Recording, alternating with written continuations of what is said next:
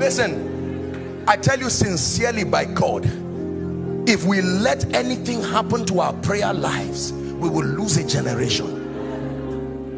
There are many nonsense. Even if you are feeling sleepy, sleep in the place of prayer.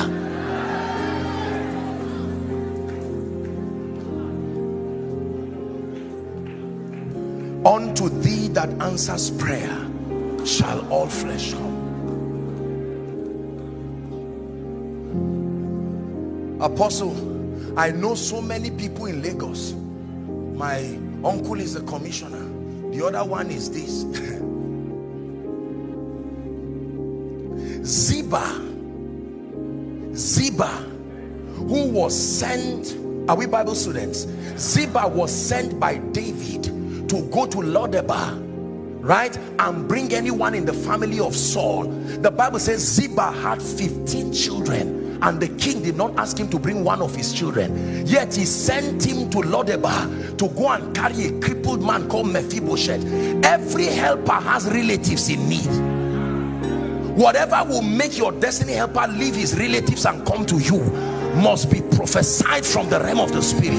Let me speak to someone. I stand by the God of heaven and by the spirit of prophecy. Between now and the end of this year, I call the helpers of your destiny. Appear now. Appear now.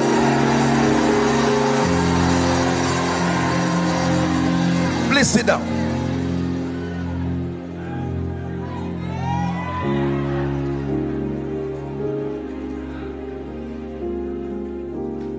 There are pastors that don't pray.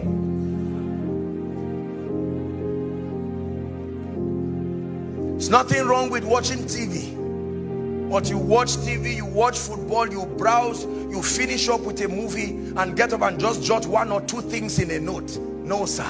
You are contending against powers. As members come, don't just look at their clothes. There are spirits hanging on people's destinies that are the mercy of a track record of real fire. There are things you cannot fake.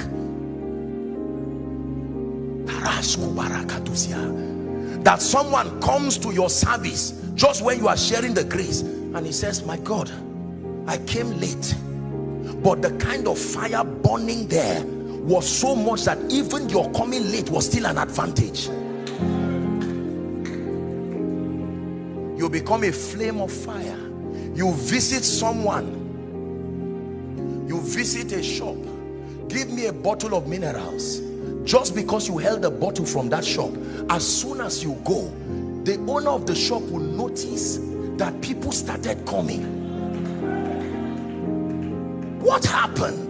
You took just that act of drinking a bottle of mineral was a deliverance to that person, because you have now become the ark of God. Literally, it is not only the house of Obed-Edom you go to,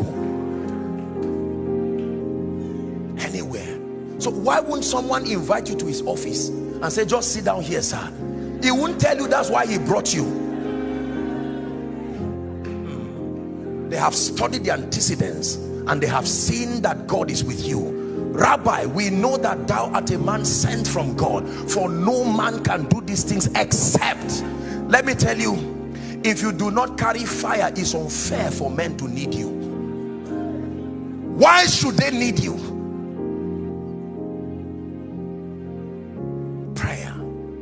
Please, if your prayer life has gone down in this conference, trust the Lord. Trust the Lord that one of the graces that must rest upon you is that grace for prayer. We spend half the time we should use praying, begging people only God can talk to. They are like the unrighteous judge. They take your CV, they take your contract letter, and while you shut the door, they just smile and fold it and throw it in the trash can. And you are there giving thanks to God and saying it's in the office. Prayer will force him to bring that CV out of that dustbin. He will leave his house and come back. The moment he wants to forget, the spirit of prophecy will come on his wife and say, honey, remember you said you will help that man. Let's wrap up this issue of prayer with one revelation. Nothing just happens. Please say it with me. Nothing. You don't just make money. Men don't just come. Your ministry doesn't just grow. A territory doesn't just hear you because you have something to say. Every time Pastor Nathaniel blows that thing you see is not an instrument, it's an altar. Because it releases the covenant that he has with God. There are specific things God has told him, that when the shofar is lifted, you are hearing music, but it's invoking the grace that backs the covenant he has with God.